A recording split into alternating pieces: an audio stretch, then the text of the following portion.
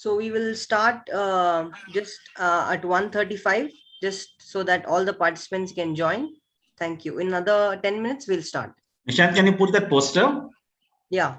Can you just upload that poster so they're aware of that?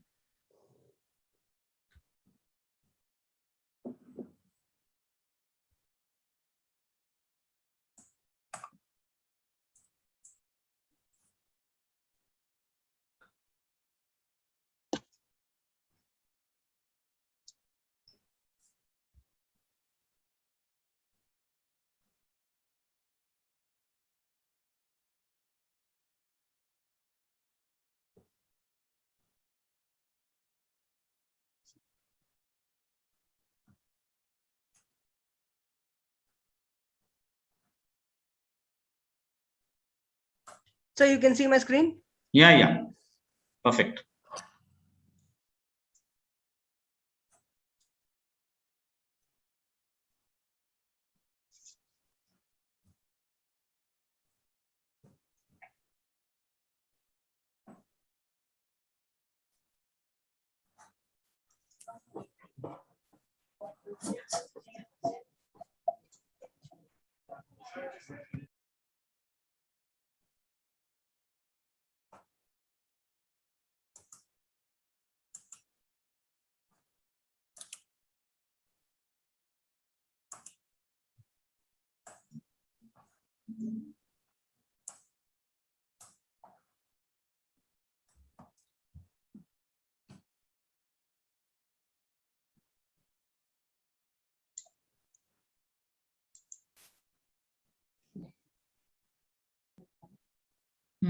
Right.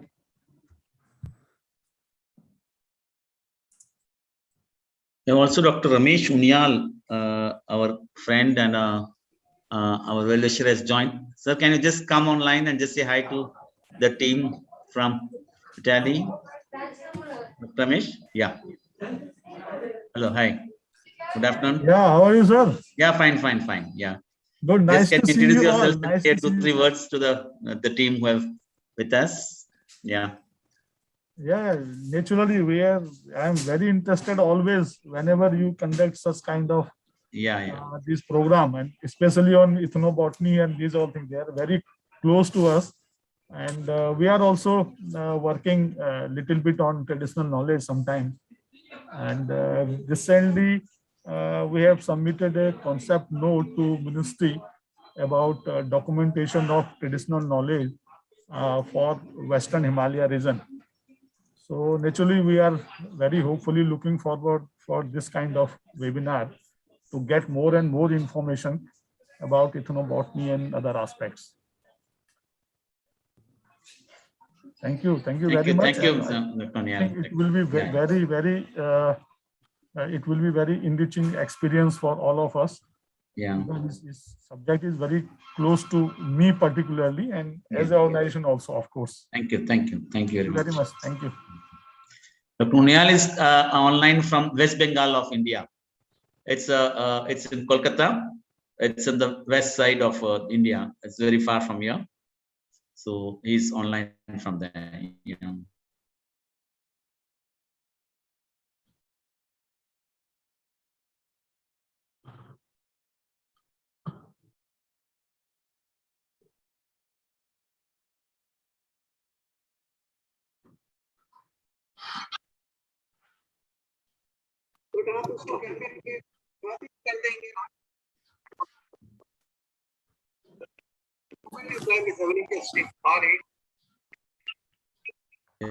I request the participants to be on mute so that there is no disturbance.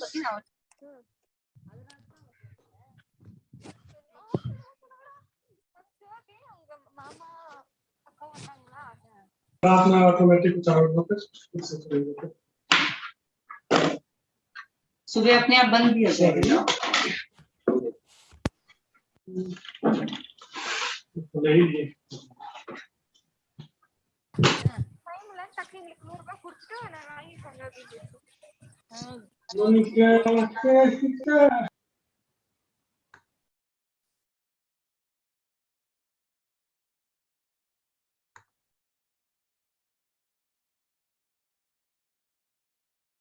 So can we start in 5 minutes? We'll wait for some more people. Okay. Yeah. Just 5 minutes. We'll wait and then we'll start. Okay. Okay. Yeah. We'll not go more than that. Yeah.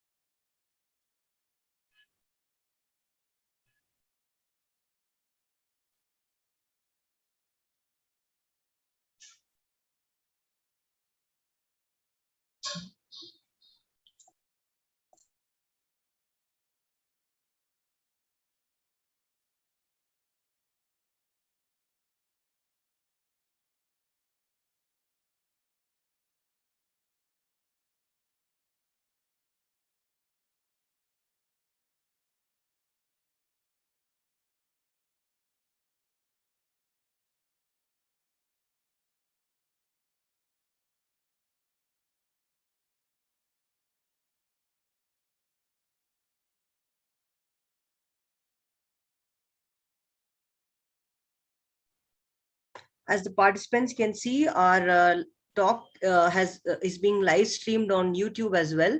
So if there's no space on Zoom, you can go to our YouTube page. I'm going to put the link in the chat box so that you can access the talk from there. Thank you.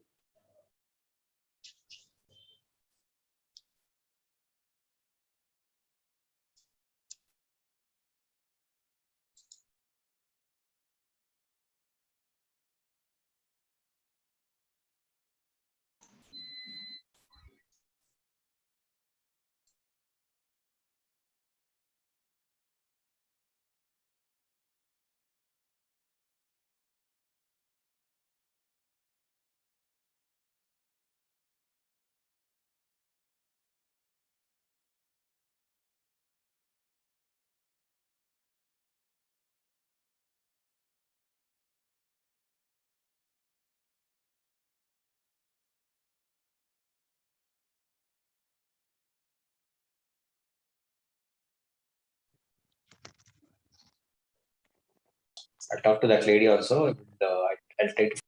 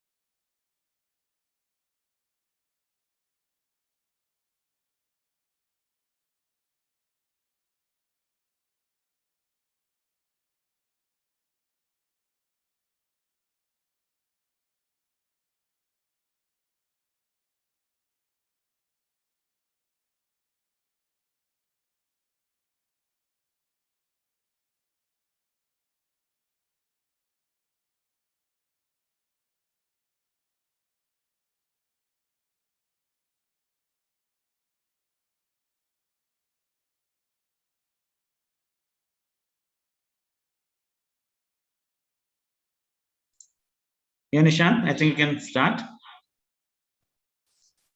Okay. Yeah. Good afternoon, everyone in India, and good morning to everyone joining us from Venice. Thank you so much for joining in today's webinar, which is called the Global Ethnobotany Webinar Series. This series was started by the Center for Conservation of Natural Resources for our attempt to get researchers in the field of ethnobotany together in a platform to share their researchers with youngsters amongst India and across the world, so that we know what kind of research is going on in this field, this amazing field of science. and so that even young people across the world can reach out to experts across the world and clear their doubts. So without further delay, I request Dr. Abdul Karim to welcome all the participants and the speakers and give a short introduction about today's speakers. Thank you.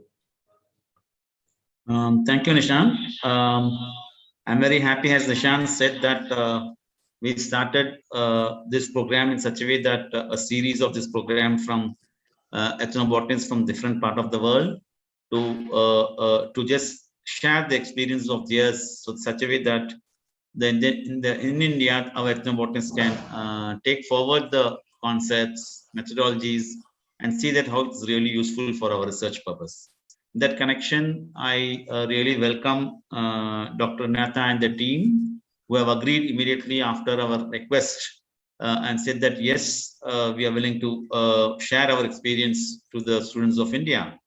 And I really welcome on behalf of the Transdisciplinary University for this occasion on which you have agreed and your team has agreed. So I thought I'll say a few words of Dr. Anetta, and she is the associate professor of working in the University of Foscari, Venezia, Italy. And also she has worked in different places, and also she has worked as an independent researcher. And her PhD is on semiotics and cultural studies from the University of Tartu, Estonia. And also she has a PI of different ethnobotany, cultural and social science projects which she has implemented. And she also is not, I mean, only on this, she also had a lot of PhD students under her. She is guiding more than 3 PhD students. One is completed, and she also guides a lot of MA and BSc students. And she also teaches on ethnobotany, biodiversity, and wild food.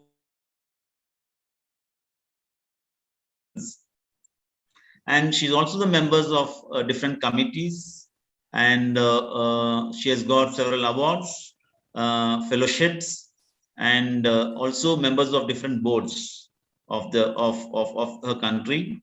And she has major collaborations with different societies, institutions, universities of ethnobotany within her country and outside her country. And one interesting thing, because she's the ethnobotanist, also she has learned 5 languages which she knows, starting from Estonian, Russian, Ukraine, Italian, and also of English, which will really help her ethnobotany knowledge to develop. And I also welcome their team members. I request, when you are just presenting, to introduce yourself, and then because so that our team also knows exactly something about you. And yeah, with this, I request Nishan to just show. I'll just take a few minutes to introduce our institutional activities, what we are trying to do, and then maybe we can start the presentations immediately. So this university in which we are working is the Transdisciplinary University, which was conceived initially as a trust in the year 1993 by 2 icons of our institution, one Mr. Sam Petroda and Sri Darshan Shankar. And from 27 to 29 years of pioneering work which was done by the trust. And this has been, the state government has registered this center, this foundation of the trust, into a state university. And this objective or the mission of this state university is this university is to interface between Indian knowledge system, that is ethnic knowledge, the Indian knowledge system, and the modern science. Interface between these two is the major mission of this university. I'll show the activities that we have done, how we have interfaced this in the knowledge system and the modern science, traditional knowledge system and modern science, through the achievements that we have done on that year. So yeah, so if you see the achievements, we see the first level that we have done is, this center has established 110 medicinal plant conservation areas across 13 states to create the largest conservation program in the tropical world. And these sites, the institute sites, have threatened medicinal plants conserved for a viable population for institute conservation. All over the country, in India, 110 such type of established, And along with that, with the state forest department and the National Medicinal Plant Board of the Government of India. And 1995 to 20, and we are continuing, even now we are continually doing, is that established a computerized database on medicinal plants. And at the same time, not even that, establishing a herbaria of medicinal plants of India. We have almost 60 to 70% of the medicinal plants herbaria in our herbarium, with its proper raw drugs and its seeds for proper identification, education, research, and other aspects. We have series of, we have students, researchers, the traditional medicinal doctors, the folk healers visiting our center and learning about the identity of the plant and its uses. So this is something, a very good center which we have established. And then we also have a lab which bridges the traditional knowledge to the modern science. Example now, one example I could cite is the copper which we are using traditionally from years together in India, where we keep the water in the copper pot and drink morning. So this science, or this lab is doing research and find out that what is the logic behind keeping water at night and drinking in water. Does it kill the bacteria? It kills the virus? Like this research are going on in this sort of lab which we have established on that. Then we also have done a policy of having a formulation of national Ayush. Ayush is our Indian national mission, which has traditional knowledge of Ayurveda, Siddha, Unani, Yoga, and homeopathy. And policy on this ministry. We have a separate ministry for this. In this, we found out a formulation where the folk healers, the oral knowledge, local healers, which we call as, are also given a contribution towards this, and they have been recognized. So this, in the policy, we have tried to initiate this, establish with the government to work on this. And along with that, we have found a network of all these healers, make an inventory of all these healers all over the states, and form state level for, associations, state level associations, province level, that is district levels, and local levels of taluk levels associations, in such a way that they have been encouraged, taken care, documented, things and all. And also we have made the manuscripts readily on 10,000 manuscripts which have been written at that time, the olden days, documented it, cataloged it, translated, and put into part. And then also we have established the home herbal gardens, which through this garden they can take out the primary healthcare needs of the country, of the villages at individual, where they can primary healthcare needs can also be taken care. And not even this, in the veterinary practices, as you know that we have cows, other animals, domesticated animals with us. We are trying out, we already have a knowledge through plants, this has been taken care. So we are trying to work on with that in such a way that we with the help of this, can this be really enriched. So we are trying to work with the veterinarians, we're trying to work with the milk unions, which are establishing milk, and see that it has been formulated and encouraged and revitalized the entire thing. And in government plans, we have 5 years plans. We are trying to contribute on that every year. And also having this as a background, we also have a research hospital, which is a high quality Ayurvedic research hospital, which translates, which also combines with the other knowledge system, and the treatment is happening on this place. And then the university has been established in 13, and this knowledge is internally converted in the form of educational aspects of modules in such a way that the young generation also understands about this traditional knowledge. And lastly, I could say that is that we are trying to also bring out the holistic nutrition research. You know that in India, we have a lot of food products. Every ethnic community have their own method of designing their foods in their system. So we are trying to document this knowledge and see that we bring this into the mainstream nutritional hospitals, try to bring this in nutritional hotels, try to bring this in the general household where we revitalize this and start using this.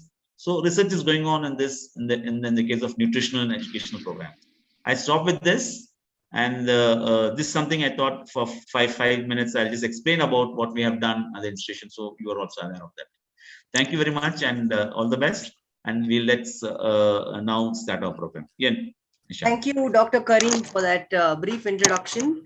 I now request the speaker to share their screen and we can begin the talk. Before that, I request all the participants to kindly be on mute so that there's no disturbance. Yes, please go ahead. Thank you. Thank you very much, Dr. Karim, for introducing me and also your institute. You are doing really important and forward-looking work. So congratulations for your work. Well, we will be speaking today of a bit different word where we work, bit different cultural background. So if you find something weird for you, then don't hesitate to ask after that. And we will gladly, everyone of the team will gladly contribute to explanation or answering your questions. So ethnobotany at the borders is actually the result of for 4 years lasting project, which has been financed by European Research Council. And before I go to what is the project about, maybe not everyone is at home with ethnobotany. It just needs to a little explanation. Also, I think majority of you know what ethnobotany is, but it's very important to stress that ethnobotany is actually practical knowledge. So you can know the use of plants, but if you do not implement it, then you do not actually know how it works, because just a simple use of wild food plant require you to know.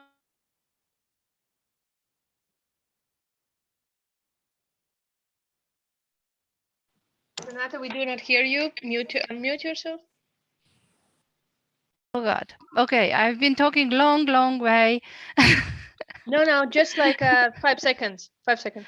Ah, okay. This is weird. Okay, but where did you hear me?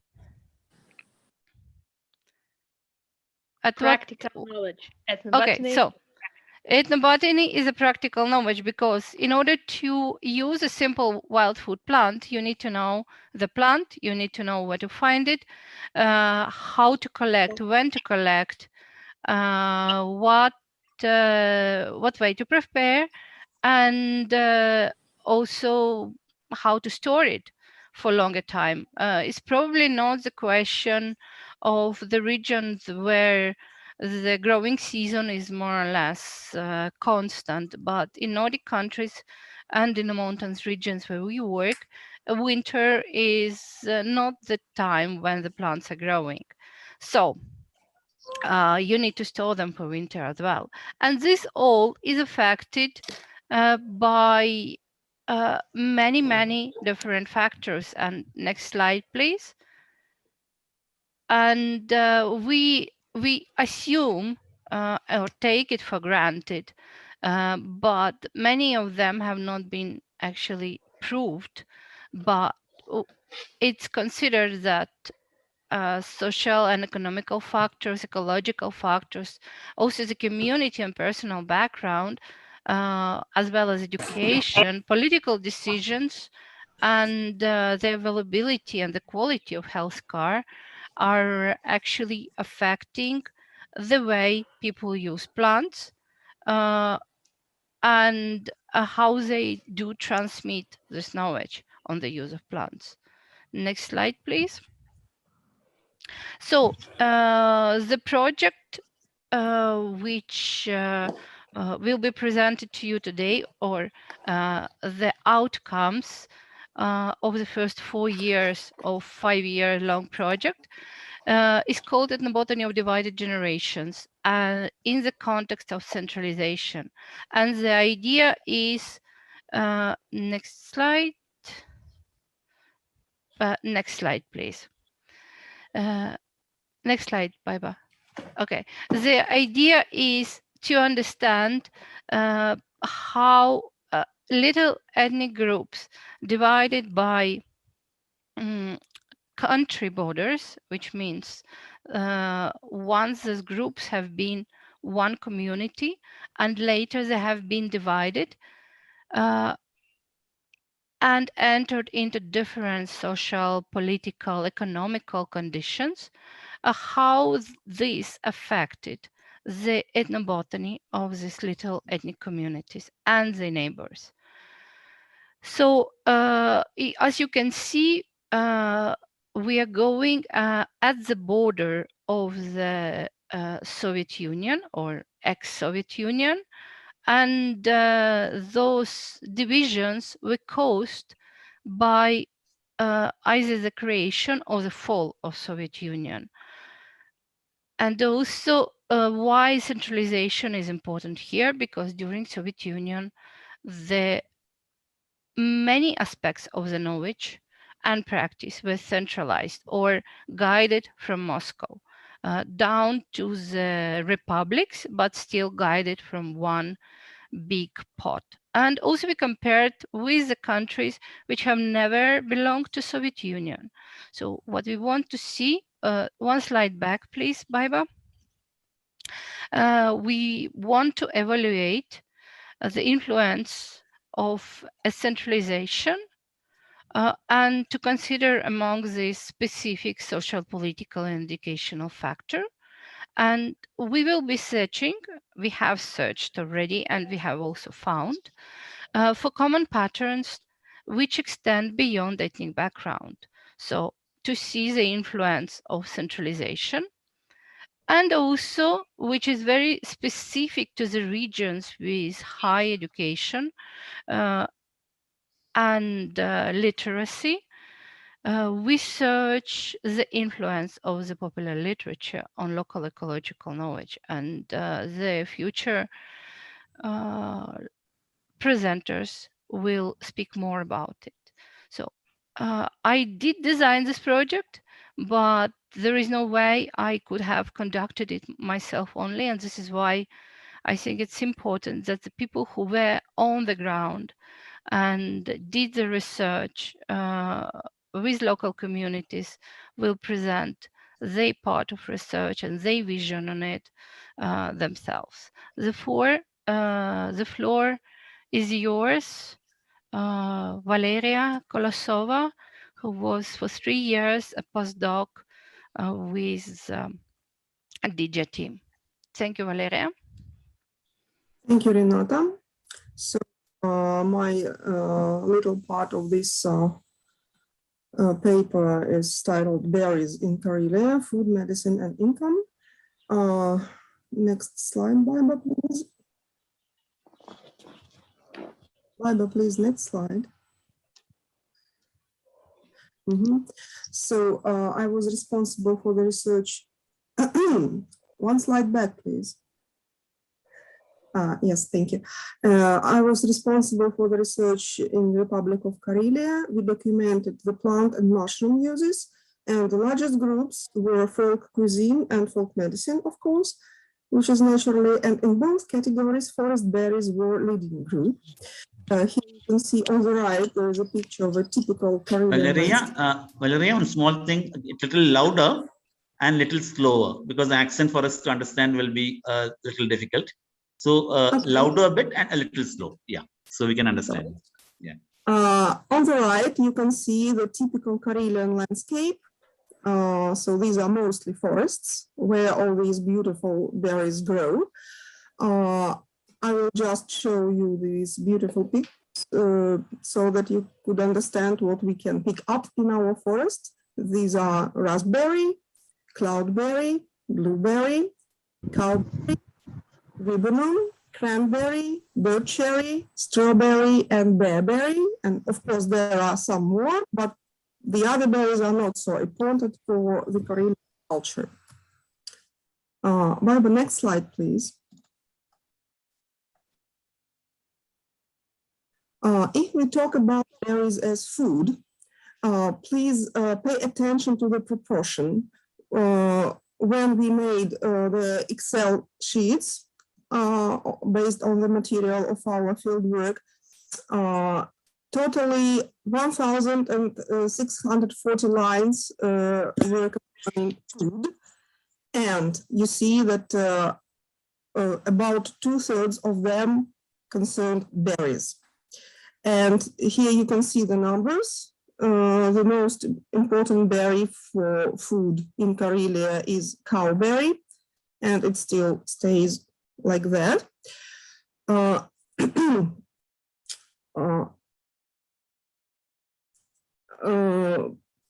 People, and especially children, eat them just raw as a snack, but also, as Renata said, we have a very long winter, so people store the berries for winter time, and people need vitamins during this time.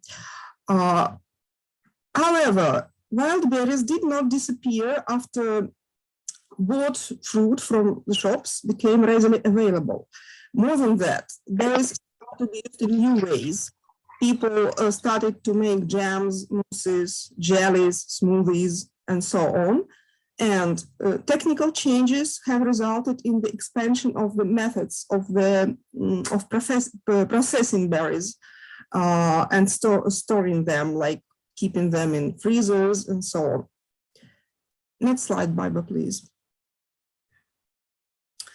Talking about medicine, you also see that berries take a very large percentage of total wild plant medicines in Karelia. And here the raspberry takes the first place. Here I should say that the local people use as medicine not only berries themselves, that is fruit, but also other plant parts. For example, cloudberry sepals were and still are very actively used as a remedy for cough, and leaves of cowberry as a diuretic. And to make the tea for cold, for cough, people use not only fruit of Rubus idaeus of raspberry, but also little twigs and young leaves and so on. And the leading position of berries in all these list of wild medicine plants allows us to consider them as functional food. That is food which also serves as medicine. Next slide, please. Yes, and I would also say that berries are not only a resource for food and a resource for medicine, but they also can give money. In the strict sense of the word. In the Russian Empire, in the Soviet Union, and in modern Russian Federation, the harvesting of berries is a way to earn extra money. And an interesting area of interaction between the population and the Soviet state was such institution as procurement offices and pharmacies. They accepted elementary and medicinal raw materials from the population. And the plants later went to conservation factories to make jams, to make alcohol products, and to produce medicinal remedies. But people received not only money for giving these berries, but also the right to obtain some goods one could not buy in the shops. They showed a special certificate that they gave some amount of berries, and for this certificate they could buy some scarce goods, and they also could resell this certificate to other people who did not want to go to forest or had no opportunity, no time to go to forest to pick up berries. So we see that the plants in general and berries in particular play a very important role in Karelia, giving free supplies of food, medicine, and plus giving a way to earn some extra money. Thank you for your attention.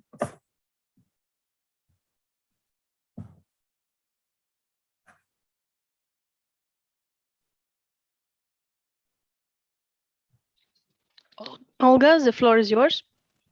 Thank you, Valeria. Thank you, Baiba. Thank you very much. Can you hear me well? Perfect. Thank you, Baiba. Could you please scroll previous slide? Yeah, thank you very much. Hello, everyone. It's a great pleasure for me to speak today in this great company. And thank you for the invitation. I watched the previous seminars by you, and it's a great pleasure to take part in such a seminar today.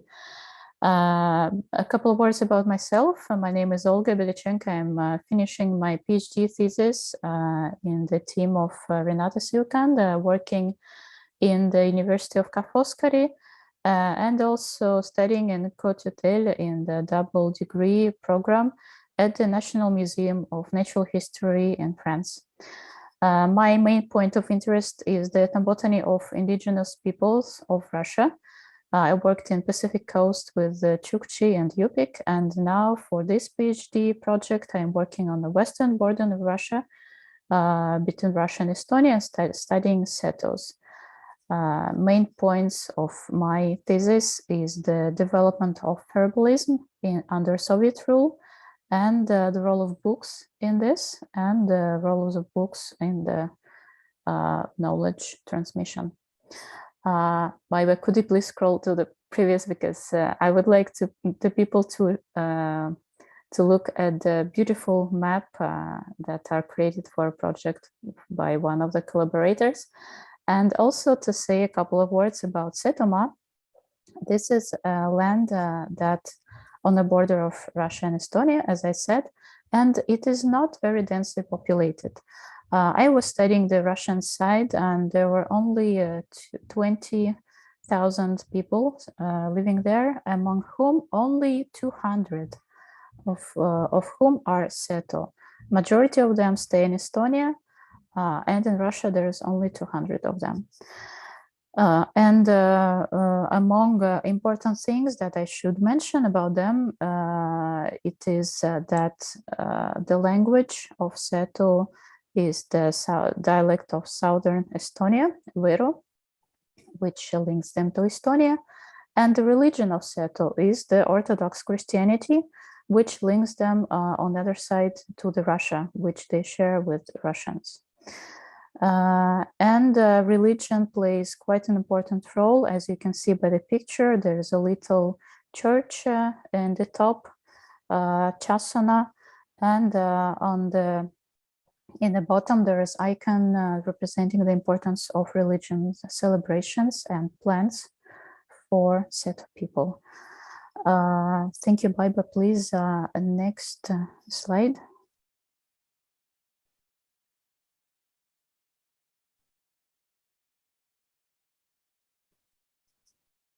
Yes, thank you. And in my presentation, I'm going to concentrate on the role of local markets in the cross-border interaction of the ethnic groups that I was studying. But first, a couple of words of the first results of my study. They are describing the uses of wild food plants in the region. As you can see in the pictures, there are three cores in current, past, and all-time uses by the plants. And actually, majority of the wild plants are overlapping among the four groups, among the two Estonian groups, Estonian Seto, and two Russian groups, living Russia, Russians and Russian Seto. But at the same time, despite the majority of plants are very similar, they overlap, there are also on each side clusters of plants used separately on each side of the border. You can see them in all time. There were some. And of course, because of the fact that the division of the border, the creation of this visa regime happened not long ago, only 20 years ago, we see that already there are forming two different types of culture, those that belong to Estonia and that belong to Russia. And it seems that the state border becomes more important than the ethnic border in Estonia, between Estonians and Estonian settle, and in Russia, between Russians and Russian settle. Speaking about the uses of food plants, it is mainly the recreational tea, as you can see in the pictures on the right, and the berries. The use of berries are quite similar to those described by Valeria in previous presentation. Baiba, please, next slide.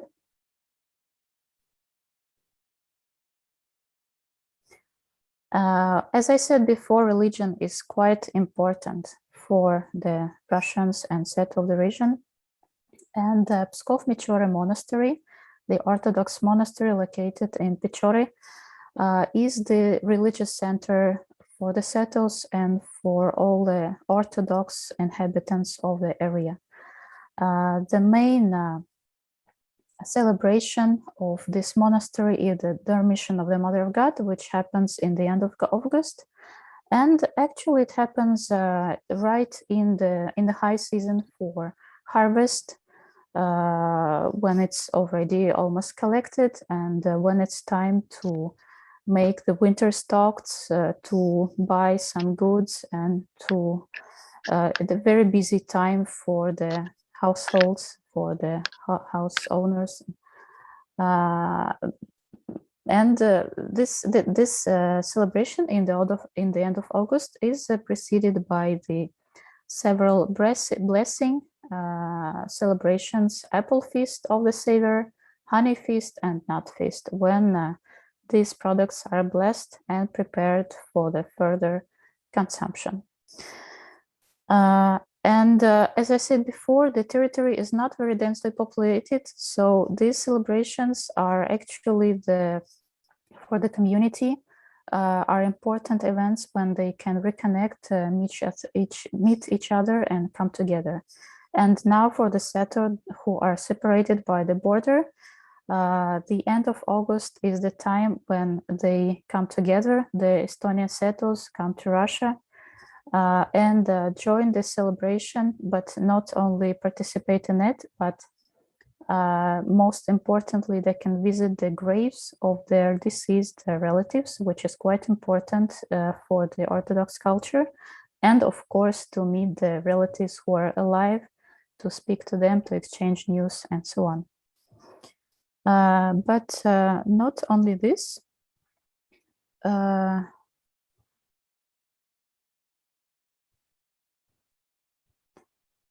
not only this is important for the settlers and for everybody living around. The most important probably is the local market. Baiba, please, next slide. Thank you. As the main part of my presentation and concluding, I would like to discuss this phenomenon, the local market. In fact, this is something that could be a permanent thing and temporary. And before, the markets used to be temporary. Everybody knows the phenomenon of fairs that happens on special days. Before, they were linked to the religious celebrations. And now, currently, there is a permanent local market in Pechore. But in fact, every year it becomes very vivid, welcomes a lot of people on religious celebrations like the one I described just before. And why it is so important, this location, this phenomenon for the ethnobotany and for the transmission of the knowledge. The first is obvious. This is exchange of goods for money. The goods including the fruits, plants, mushrooms, and herbs. And we can see on the top left, Rumex acetosa and rosa. Not only them, but also the little plant that just appeared from the ground that people can buy and bring to their house and use the same cultivar maybe to take it across the border, while it's not always legal, but some can do this, and to take the same cultivar that is grown in Pichore, in this area, and then to enjoy the same fruits that are grown there. But not only the goods itself, but also microorganisms. This is the point of exchange of microorganisms. Thanks to the items like dairy products, which are lacto-fermented, obviously, and the fermented foods, which is quite important for the local Seto and Russia cultures. You can see on the top right a picture of not only dried mushrooms, but also lacto-fermented one, which is considered a delicacy. In fact, trying fermented food from other region is actually exploring different biome and enriching your own microbiome per person. And last but not least are the practices. So at the market, people ask each other how to cook the items that they buy, but also experience the way that are already preserved to be sold in the market. For example, the same lacto-fermented or dried mushrooms, dried rosa fruits. An example of this is in the bottom left is the picture of a local fish, which is dried in a hot oven, special way of preparation, and it is put in a soup called soup, which is known to all Russians, but it's prepared in a special way in this area, made with kefir, the fermented milk drink. And the most importantly, the local market is the point of exchange of ideas. Not only the practices, how to prepare your plant or your product, but also for which purpose it can be used in case of medical use, and the plant sourcing and identification. For example, I myself asked at the market where to find a particular type of mushrooms and how to separate them from other very similar type of mushrooms. So I got very, very detailed instruction of how to do that. And in fact, this exchange of ideas it doesn't go from the sellers to the people who are coming there, but also from the incomers to the sellers who can adapt, in fact, the set of the plants that are sold. For example, a person seeking for a certain plant that would cure their illness would come to the market and ask whether you have this plant, and to set up an appointment or something to later come and obtain this plant from the seller. So the sellers can also adapt the set of the sold plants to the requirements of the people. And in this section down in the bottom right, you see the set of aromatic plants that are used for the cucumber fermentation. So the whole idea of the fermentation of cucumbers is specific to the local and to the Russian culture. So people who do not have a own land plot, cannot grow them, can come to the market and to recreate this recipe in their own household without access to the land, thanks to the local market. And most importantly, and as a concluding remark, it is not written here, but actually the main thing about the local market is the belonging and reperforming the link to the community. So, for example, people coming from across the border, it is one of the last point for them, except the relatives, of course. In case all the relatives have died, they lost the connection to family, they can come to the local market and ask for the local foods, which are, you all know, is the strongest ethnic marker. So they can try to buy, access the foods known to them since the childhood, ask for the recipe, how to prepare this food, and ask about how to find the plants and different products that are needed to cook this food. So not only this is the point of exchange of plans and ideas and practices, but also this is the point of the reconnection and finding the link and belonging to the community that the person belongs. So this was the last point of my presentation. Thank you very much for the attention. I give the floor to the next participant. Thank you. Floor is yours, Julia. Thank you very much. Could you confirm that you are hearing me? Very well. A bit maybe louder, but it's nice. Louder, louder. Yes, yes. It's good. It's good. Okay.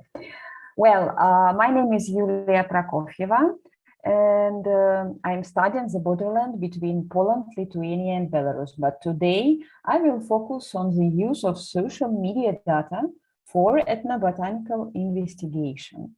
Please, Viva, next slide.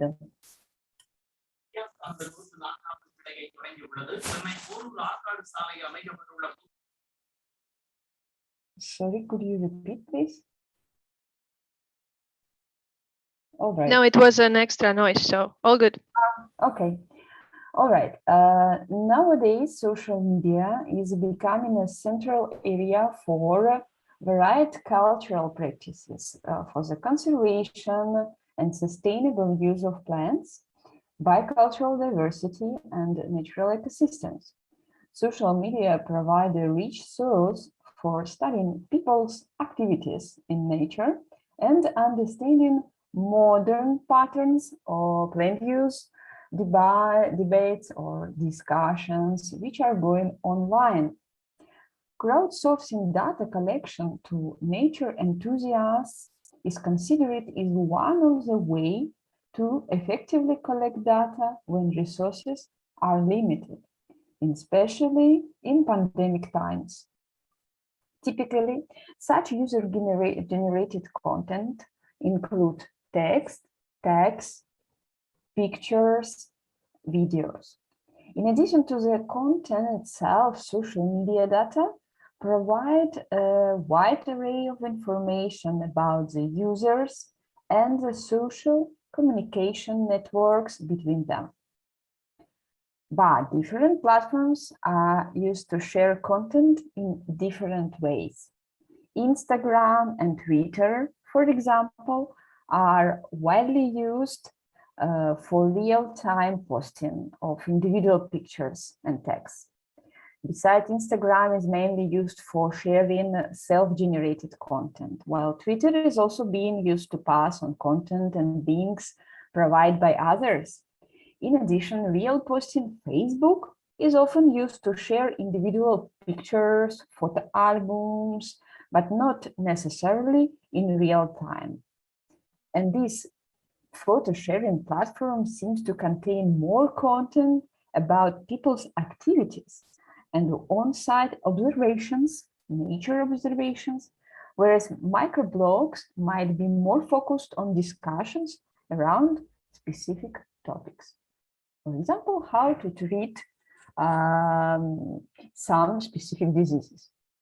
But of course, data extracted from online social network contents also present a number of several limitations. First, while more traditional methods, such as written questionnaires, allow collecting detailed demographic data on each of the respondents, this information is usually not really available for online social networks.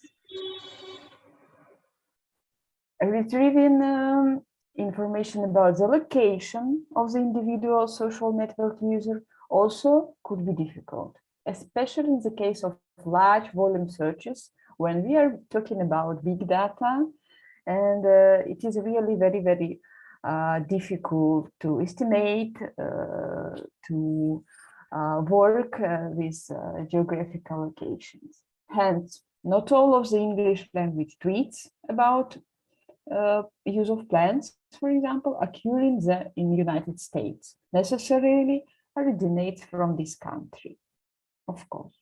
Another challenge is the selection of appropriate keywords for the searches. You have to be very, very careful with it and understand your, very clear understand your research question. Next slide, please.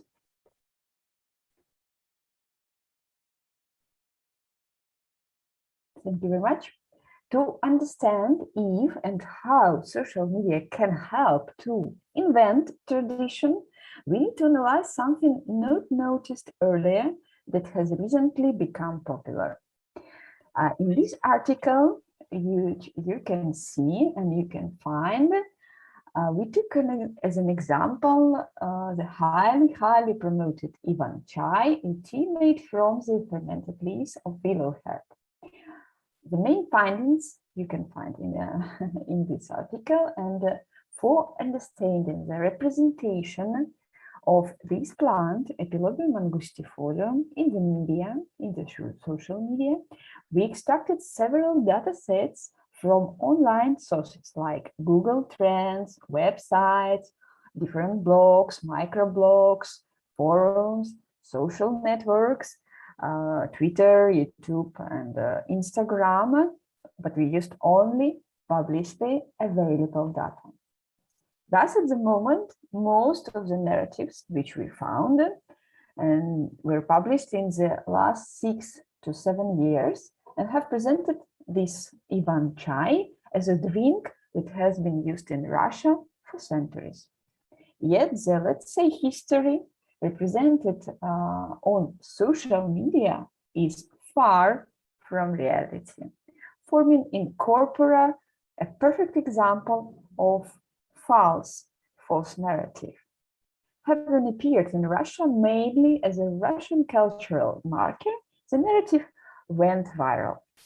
It spread beyond its borders, where neighbors have tried to embrace Ivan chai as their cultural marker by proclaiming it a local tradition. Indeed, narratives regarding Ivan chai spread quickly in countries sharing some linguistic, historical, and cultural elements with Russia via the nexus of the Soviet Union. And we are talking about where we are going beyond borders. Next slide, please.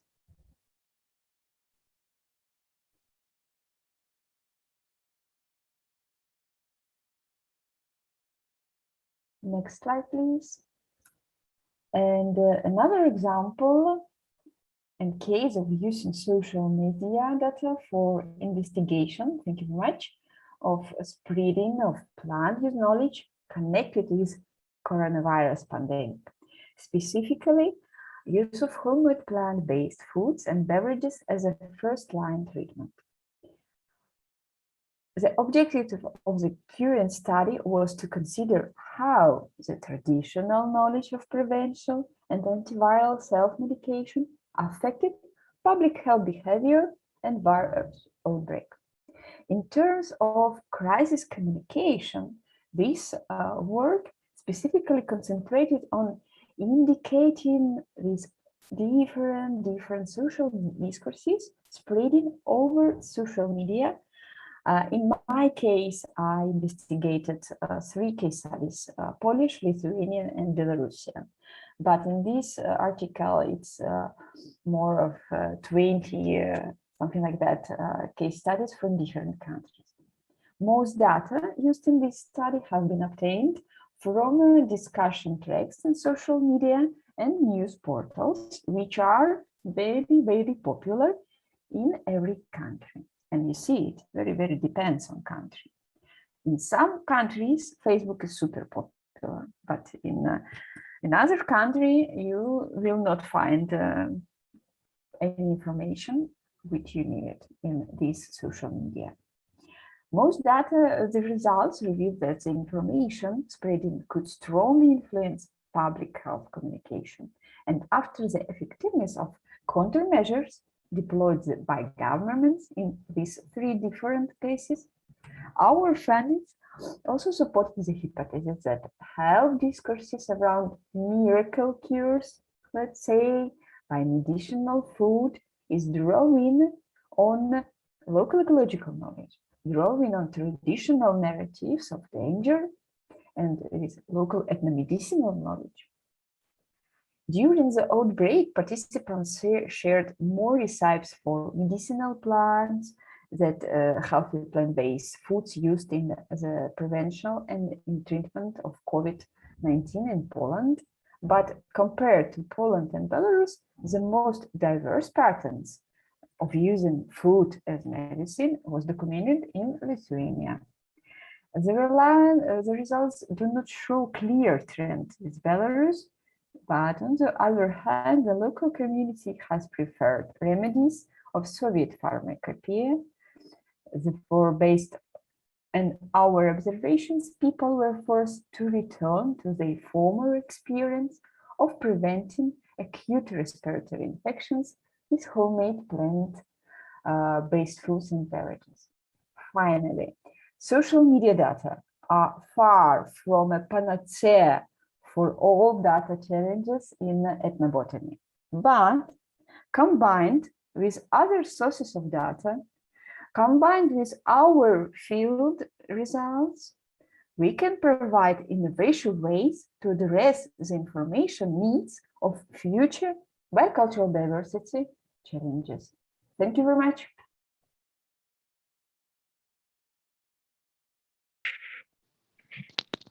Thank you. The floor is yours now, Natalia. Thank you, William. Thank you, Baiba. Can you confirm that you can hear me properly? Hear you properly. Nice. Okay, great. So if other my colleagues were studying the use of plants for medicine, for food, and for other purposes, for ethnoveterinary, I wanted to focus on the use of plants for rituals. And we worked in the Carpathian region, in the Bukovina region, which is a historical region divided by the border. And if the use of plants for rituals is a very little explored corner of biocultural diversity, which have developed through the time within the complex socio-ecological system. Next slide, please, Baiba.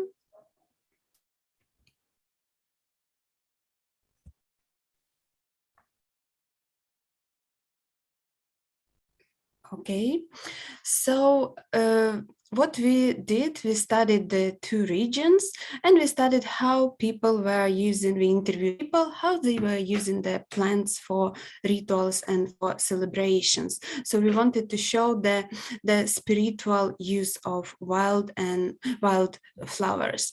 So what was the aim of the study? The aim of the study was to identify what kind of holidays do they celebrate, what kind of flowers do they use, and to compare with the historical data 100 years ago, how it was.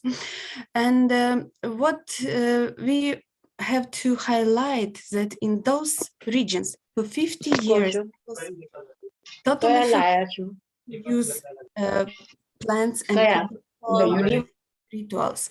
And logically, if something was forbidden for 50 years, it will be gone with the wind. But it is not the case. So after the Soviet Union collapsed in the Western Ukraine, it was like an explosion of the building of churches and performing the religious rituals and use of plants as well. So next slide, please, Baiba. So what we find out? We find out that people were using a lot of flowers for rituals and for celebrations. So we identified 7 holidays which were incorporated the use of wildflowers. So it is Easter, Palm Sunday, Christmas, the Feast of Transfiguration, Maccabean Feast, Pentecost, and Ascension of Jesus. But what was interesting fact that the use of a Christmas tree was not named by our respondent. Only one respondent out of 86 named the Christmas tree. So in the Roztoche area, one of our study area, people were using 58 taxa, and in the Bukovina region, in the mountain region, people were using a little bit less, 28 taxa. While the historical sources 100 years ago showed that before the forbidden time, people were using more than 85 wild taxa. Next slide, please.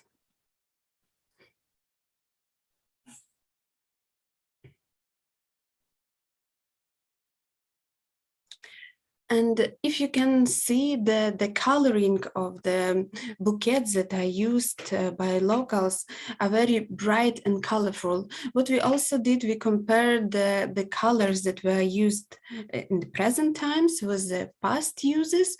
And we also find out that in the past, the green and yellow was dominated colors, while right now in both regions, people were using more colorful bouquets with a lot of red color and with a lot of other bright colors. Next slide, please.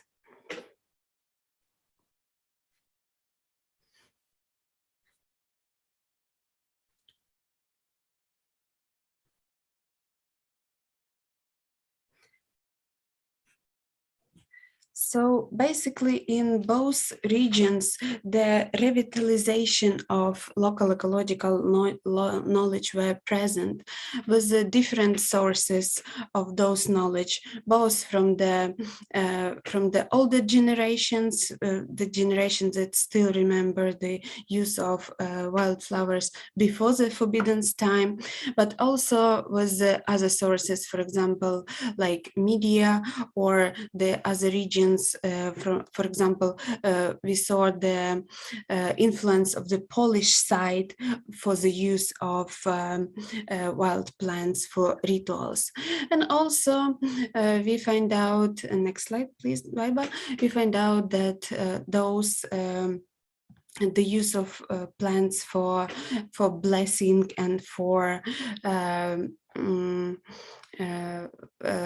cultural purposes are extremely important for local people.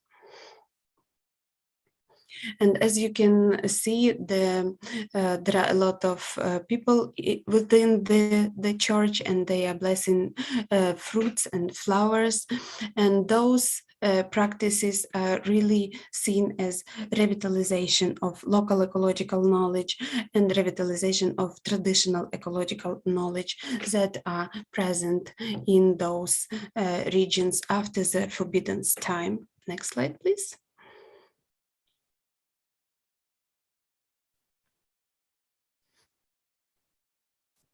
And we also wanted to highlight that this complex socio-ecological system and the human nature interactions are really irreplaceable. And they need to secure and preservation of cultural heritage that are still present in the region despite the times of forbiddance. So those practices are really important, and the take-home message is that sometimes, and in the most of the times, those are irreplaceable. So we cannot replace it with other services or with other uses. Thank you so much. Thank you, Natalia. And I asked the next speaker, Julia, and there's a slight delay in changing the slides, but everything works perfectly. We are slightly over time, but Julia, we do our best with me and you as the final speakers. Julia, here you go. Sure, I will. So thank you very much. Yeah, I do share the fieldwork with Natalka. So if Natalka was working on the northern side of Bukovina, I do work in the southern part. But what I want to present here to you today is a different perspective on ethnobotanical knowledge. I would like to tackle the aspect of knowledge transmission, because This is really crucial. In the next slide, indeed, we see that we have we are quite struggling in very different parts of the world, and I would really like to hear from you if in India you also experience this. We have this, what we call knowledge erosion, especially we talk about ethnobotanical knowledge erosion or local ecological knowledge erosion. So it's just like the slide you see here, right? So you see that we are we have some kind of catastrophic events, and it's not enough to just put some soil into that. So it's just not enough to document it. But what is more important, it would be actually to understand why it happened and how we can reverse this process. So we really need to understand the processes of knowledge transmission and why these are changing, and if anything can be done to preserve this knowledge, not necessarily in a written form, to maintain the resilience of the system. So in the next slide, we will see the different kinds of knowledge transmission, I mean, the main kinds of knowledge transmission strategies regarding ethnobotany. So traditionally, and I believe this is also very, very common in India, you will have an oral transmission, which is mainly carried out in local languages or in dialects. The accessibility of this knowledge is generally high because normally you can go around in a village or in your city or whatever you live, and you can ask around and different people will have the same knowledge. Thus, we say that this diffusion of knowledge is ubiquitarious. It means that there are no specific knowledge holders. Of course, one can know more than another, but generally everyone has a basic knowledge of that. At the same time, the technology applied to produce such preparation could be both medicinal or food preparations, should be low and accessible. It means, for instance, that you don't need big technologies, I don't know, to process alcohol, for instance. So it should be very easy and, let's say, at little cost, something that everyone can have at their place.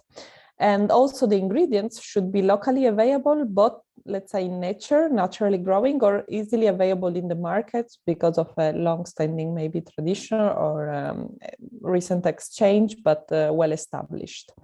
On the other side, we have another kind of knowledge that we may want to call scholarly knowledge that is mainly written. It means that mainly can be found mainly in books, but more recently, as also my colleague Julia was mentioning, maybe also from media. So yeah, it's still written, but sometimes it's also in a video form. So just consider also this evolution. Also, the language of transmission is often official. So the study that I considered, I consider Greek and Latin because these are a bit of our European roots, but I believe that for India, you also have some references points. On the other side, again, tackling from the aspect of Julia and of the social media, English may be, for instance, an official language in which this kind of knowledge is transmitted. The accessibility of this scholarly knowledge, it can be low generally because it's contained in books that are rare or precious or hard to access, especially for people who may not live in an urban environment or people who do not have access to literacy. And so this kind of knowledge, it can be punctiform. It means that some people hold the knowledge. In the case of Catholicism, this is, for instance, the case of shrines of priests, for instance. So they have a special knowledge who other people do not have, but it can also be for doctors, for instance. The technology applied is high. It means that it's not accessible to everyone because of the cost, for instance, or because of the hardiness in building it. And the ingredients are often alloctonous, so it's coming from another context. In the next slide, we will see a bit more on the context where you are and where I work. So basically you have to travel some 5,000 kilometers to east to find Bukovina, where right now would be around 0 degrees. So it is pretty cold. Winter is coming, and soon the snow will arrive. And I do work in this beautiful landscape you see in the picture of my colleague, with people who are mainly pastoralists. And as Renata mentioned at the beginning, they used to be all together in a community until the 40s, where the state, the political border was created. So here I put a reference of India, of a case study in India about knowledge transmission, and that's in the next slide. I will tell you more on that. So you see, I introduced my case study because I really would love to also discuss if you have any example on these kind of different knowledge transmission strategies. What you see here is that I performed this research across the borders, and I ask everyone, how have you learned it? From whom have you learned this about this plant or about this remedy, for instance? And you can see, especially in the red circles, that across the borders on the Romanian side and the Ukrainian side, these utsuls use different strategies. So you can see that on the Ukrainian side, the written sources were way more important than on the Romanian side. But also you can see that the oblique transmission is what we say intergenerational and outside the family context. So for instance, many people in Romania, many Utsu were mentioning that they were learning from the oldest of the village. So not necessarily from their own grannies, but from the oldest of the village. So they had a very communitarian perspective. Well, this did not happen in Ukraine, even if they were living very close by and they've been living together for centuries apart, but not in the last 80 years. So what we have found that this is probably due to the different policies that were implemented during the Soviet times that occurred between the 40s and the beginning of the 90s in the northern part, so in Ukraine, but not in Romania, in the current Ukraine, but not in Romania. And so what we can see now is that we have a form of knowledge hybridization. It means that we have these Ukrainian utsuls have added on their own knowledge, on the knowledge as utsuls that they had for centuries, probably some more knowledge that was coming from the central Soviet Union, let's say. So next slide, and I think that I just want to thank you very much for your attention. Thank you, Julia. And let's say we are out of time, but I hope the moderator is not angry to us, and we can. No, please go ahead. Excellent. Thank you very much. I will be very quick, and after me, then Renato will also wrap up the whole study and the wonderful speeches. So here we are, dissemination practice, and we love to challenge ourselves very much, and we want to share some of the storytelling examples we do. And so we love to sort of learn other ways to communicate our results and even make a dialogue with different audiences, which is not the researchers from our discipline. And here is a bright example, as during one of the sustainable food conferences, we were actually bringing a story out via storytelling, meaning we made a story about how it would look like if we wouldn't have this wonderful plant, the caraway seeds, which are used so much in the Baltics for adding to the cheese or to the buns. And we invited the artist who would make the story of past and present and future. And here on the right, you can see this wonderful drawing, which indicates what future we do not want to see. So the upper cheese is a future we would not like to see without this seeds in the cheese. And this was complemented in the conference very much because with the colleagues, we also made a video of how do you actually make these buns. So we were very, let's say, hungry after the conference, seeing the colleagues making this wonderful dish. And this was a new form, and it was well acknowledged in this respect of how do you bring the story out and this particular thing was about that we are losing these common plants which are not having a label of endangered plant, but still they hold the same or similar pressure as endangered plants. We also love outdoors very much, and this is one of the reasons we go out and join various events. And I'm very happy that with the team we were part of a film festival where we brought herbarium workshop right in the spot of the festival. And not only we teach the participants how to do herbarium, but we also made it possible for them to put an artistic aspect, to make a little poem and reflect on the plant they are sewing to the paper. And not the last, but yes, a wonderful study made by the colleagues in respect to ethnoveterinary knowledge. But also here, in an academic study, we try to involve artists to actually bring, as you can see in this wonderful figure, bring this touch of the feeling, a certain personality into the story. So this is only 3 small pitches of the many stories we do in a sort of a different way. And we try to challenge ourselves and other academics in respect of bringing the results out to the, out to communities as well, and not only in our circle. So I request Renata to come on the floor and wrap our presentations. Thank you for giving me the word, Baiba, and thank you for all presentations. I see the comments which are not very happy with us covering too many aspects, but actually the project is much more that we've been speaking about. Baiba, could you please share the last slide so you can check out our publications? Baiba, last slide, please.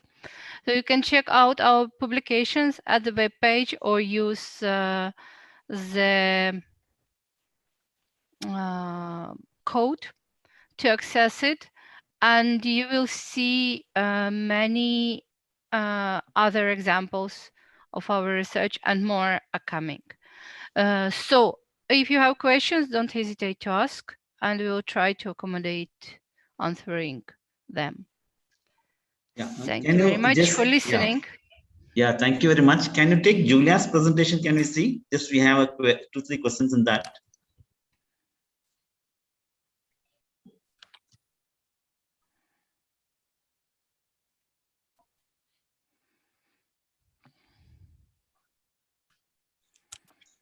Julia's actually. Before this.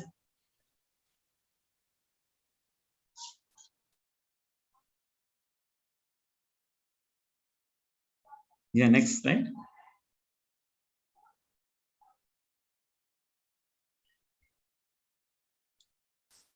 Next.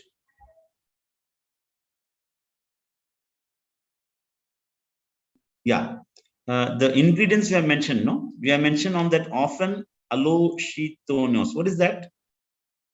Actually. Alloctonous, you mean? Yeah. Okay, alloctonous means that is not coming from the same region where it is used. Okay. So for instance, for us in Europe would be, for instance, the spices, right? We don't have such a flavor. So we use ingredients that are not grown or cannot grow in our region. Okay, thanks. Yeah, Nishant, you can take the question. Yeah, thank you. Thank you so much. I don't think there are words to express the amount of diversity that was covered in all the presentation. Yes, we could not go, unfortunately, because of the lack of time into the details, but still, I thoroughly enjoyed all the presentations, especially how we started with the berries from Valeria, and then we moved towards the using beautiful cultural maps. And through Julia, the use of social media, which is so relevant and then Natalia explained beautifully about the use of flowers in the context of festivals, and most importantly, storytelling, which I am thoroughly a huge fan of, communicating ethnobotanical knowledge to local people, which is so important. I can see many questions. I can take it from the chat box. I request the participants to put their questions on the chat box. I have received a few questions on YouTube as well, so I will be taking that. So the first question is, yeah, the first question is from Luke. Anybody can answer.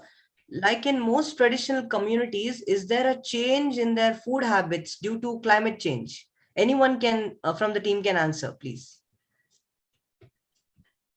I think I can answer this because it came just after my presentation. Thank you. Yeah. So far, it is not very obvious in my region, but what I can say, the changes so far are more linked to the collapse of agriculture that happened in 1990s. So many pastures, many agricultural fields were maintained by people before, but then they were abandoned. And the herbs that used to grow in the well-maintained habitats, they disappeared, they were lost. And among them, there is caraway, Carun carvi, and Thymus serpyllum, the thyme. So the locals were complaining of not finding them anymore. So far, there is no very striking change in the habitats due to the climate change. Maybe people from other regions can add. Thank you. May I also add a couple of words about this topic? I would also say that in Karelia, there is another problem. This is deforestation, because a lot of huge amounts of timber, mostly Pinus sylvestris, is cut off and sold to Finland. And for example, like 5 years ago, people could spend 5 minutes to go to forest and to bring some berries from it. Now they have to spend they have to go like 5 kilometers to go to the nearest forest and then come back with full buckets of berries. And another consequence of deforestation is that wild animals, especially bears, have no place where to live, and they come to villages. And people are afraid to go to forest to pick up berries. So it is mostly not climate change, but some human genesis of problems with ecology. I think it's also related to that in northern countries, the climate change is not that well perceived, or it takes time for it to be perceived. So there are more other human-mediated changes which attract, as previous speaker said, the people's attention. Thank you. Dr. Radhakrishnan, do you want to continue with the question, or is it answered in the text? Just answer, because it is, as you know, this is a very important question, because Ethnobotany is an action-oriented program. They are doing research. Actually, it is not it's only partly academic. The other part is that it is a socio-ecological research that needs action-oriented programs. One BIBA has given answer to this one. If anybody others has a view on them, they can answer. Okay. Can you hear me? Yeah, I can repeat the question of Dr. Radhakrishnan. His question is that whether your team is doing it for academic purpose, or there is a initiated action-oriented programs to conserve this knowledge, ethnobotanical knowledge, for posterity. If anybody else from the team can answer, yeah. What BIBA has answered, others can also put forward their view, because this is very important as far as ethnobotany is concerned. Yeah. That's why. Thank you, sir. Well, this project was given for basic research, which means we have to do basic research. And this is also very important, actually, to understand even the transmission of the knowledge, because we cannot impose a new knowledge on people without knowing how they actually take it. And therefore, the basic research is important, which does not mean the practical isn't important. So the practical will follow hopefully based on our basic research. It should follow because it's an action-oriented program. That's why. I mean, Ethnobotany, that's why I'm telling. Okay. I worked on the Western Ghats. Thank you, sir. The next question I'm taking from YouTube. The question is for Olga. How, since you studied markets, the question is, how are the inflow of flora changing based on the festivals? Because when there are local cultural festivals, there are different flora and local plants coming in. So how did you find the markets during normal periods and during festivals? Olga, this is to you. Yes, thank you. I'm not sure I properly understood the question. Is this correct that during festivals there should be different plants? Yeah, so the question is there any change in the markets when there are cultural festivals in terms of the plants available? Based on my materials, I haven't noticed any changes. So all the plants and vegetables and mushrooms that are available during the season are sold. Maybe the only difference is that knowing that there is going to be an influx of the public, of pilgrims, more sellers are coming and offering their products. So there is more diversity, but all of them belong to the season, and there's no, as far as I know, nothing special that is offered on these days. Okay, thank you. I hope that answers the question. There's another question by Malini Shetty to the team that are there any steps to propagate these species on a large scale? I don't know which, but you can maybe answer on general terms. Are there any initiatives in the region that you did research in to propagate these species?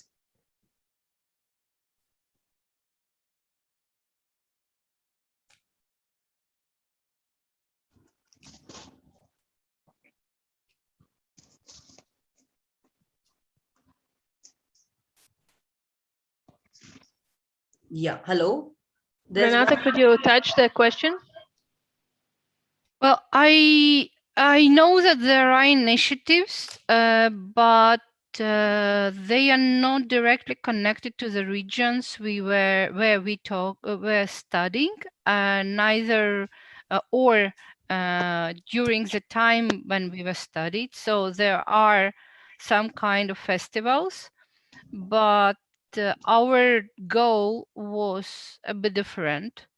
So so the answer is here. Thank you.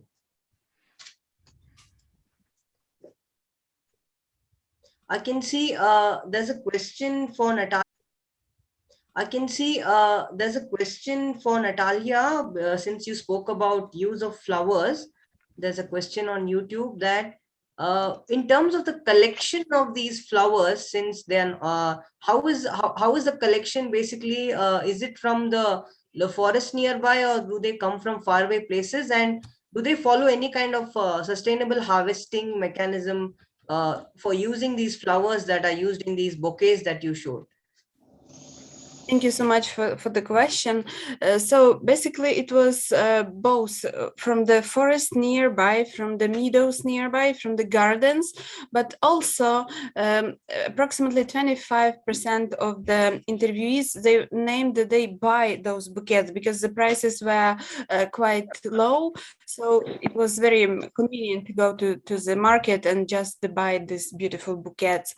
And also we asked what taxa did they use? Whereas some specific taxa, or it was just the colors that they prefer? And also, so the answers were that there were some plants that should be in those bouquets, but also there were just the beautiful herbs and green, and the colors were important, not just the taxa that they were using. What about the sustainable harvesting?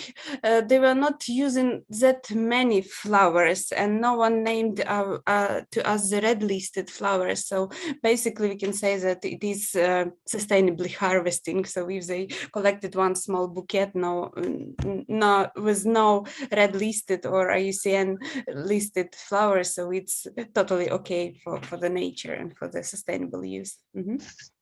Thank you. Nishant, continuing with that, there's one more question if you could see. Yeah. I have seen in the slide many ornamental flowers. How is this related to ethnobotany? Is the economic botany or ethnobotany? Please explain. Continuing with that. Yeah. For Natalia, yes. Yeah. Yeah. Can you please repeat the question? See, they have seen that most of the plants that you have kept is ornamental flowers. So they are asking a question that how this is related to ethnobotany.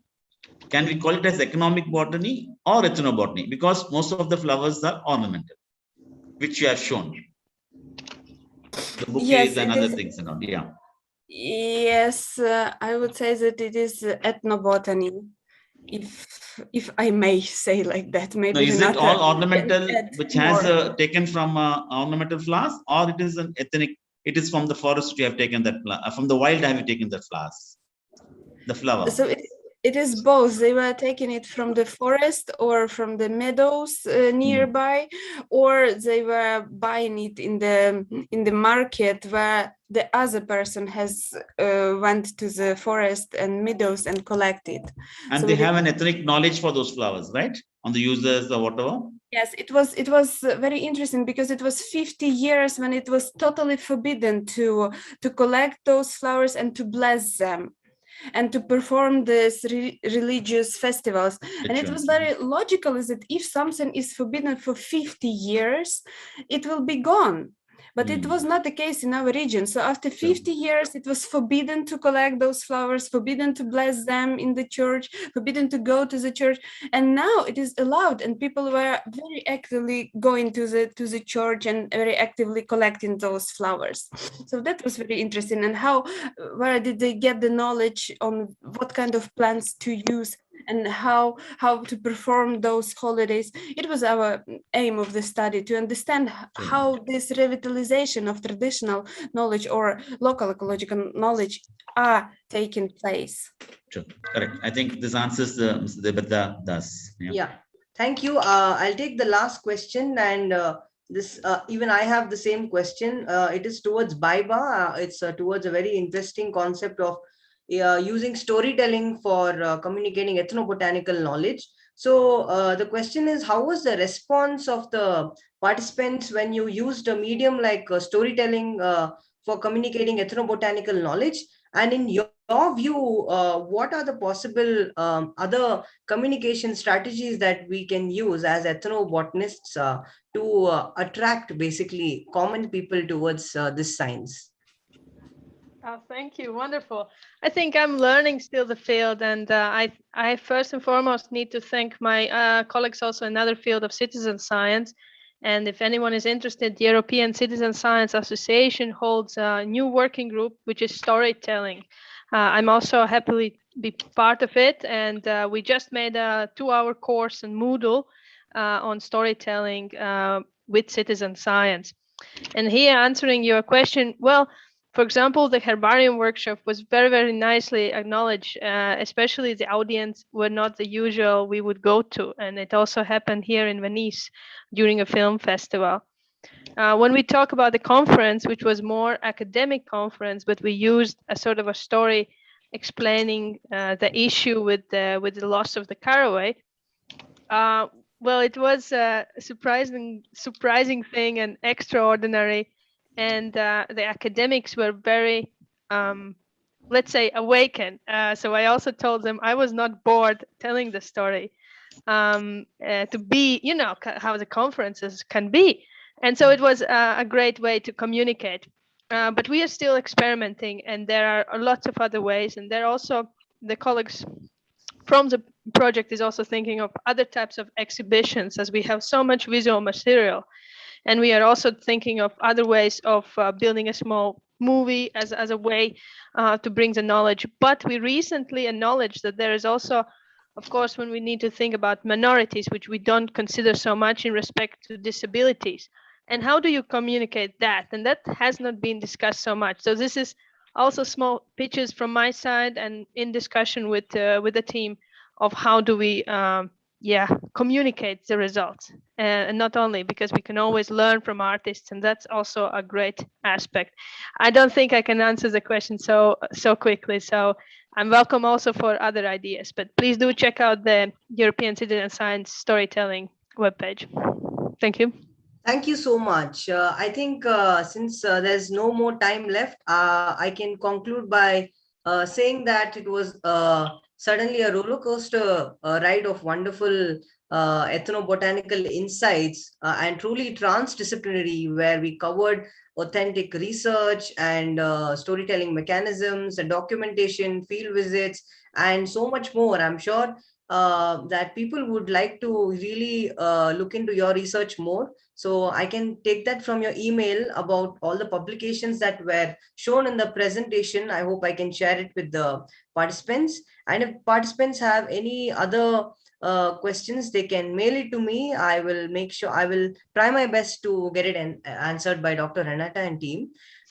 Before concluding, I'd like to express my humble gratitude to Dr. Renata for accepting this request for giving this talk today, and the entire team for accepting this request for talking in this series. Dr. Karim, you can go ahead and express your, Thank you, Nishant.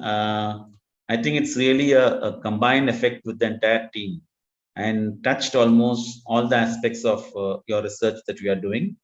Similarly, like how we are doing here in the country, there are many similarities I could see in things which are there. And storytelling is also a part of our Indian culture, which we are doing from the historical thing. We are trying to communicate it. But herbarium linked with storytelling is something new we have learned. I think we'll adopt this immediately. My curator is also here. She's here listening. We had a talk just now. And I think that's a good method that we'll also start with, and many other things also we learned. And as Dr. Radhakrishnan was mentioning, it will be great that if you take this forward also to your authorities and share these results to them and see that it is all coming in the form of action, that also will be very great, because that's what the world needs, that the ethnic knowledge needs to be revived, and at the same time it should be taking back to the community and see that it's coming online. I'm very happy for the real effort that you have put on behalf of the Transdisciplinary University. We thank you for all the time that you have given, and I'm sure it was very useful. And we are uploading this also in the YouTube for other researchers also to read and share, and we'll be sending this to the entire country. Thank you very much. Thank you so much, sir. I think before leaving, I request all the participants to come on video so that we can take a quick group picture. I mean, in the time of a pandemic, this is the least we can do to become a little bit more social. I hope we all can meet soon. I know that's a little too big to dream, but let's at least hope that we all come together in a room soon to discuss this beautiful subject. Requesting all the participants to turn on their video cameras so that we can take a group picture quickly. Thank you. So I will take the picture at the count of 3. So keep your smiles ready. So 1, 2, and 3.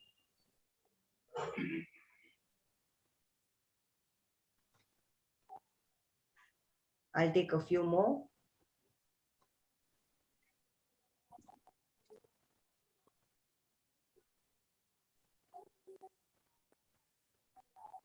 Okay, thank you so much everyone for joining in the series, and thank you so much again, Dr. Renata and team, the entire team, for giving your time for this series and becoming a part of this series. I hope there was no problem to the participants And I hope that you all take good care of yourselves during this pandemic, which is the most important thing. Be safe, take care of your family, and I wish you a great day ahead. Thank you so much, everyone, for joining today. The talk will be uploaded on our YouTube page, and I will be mailing all of you the link to the talk. Thank you, everyone, for joining.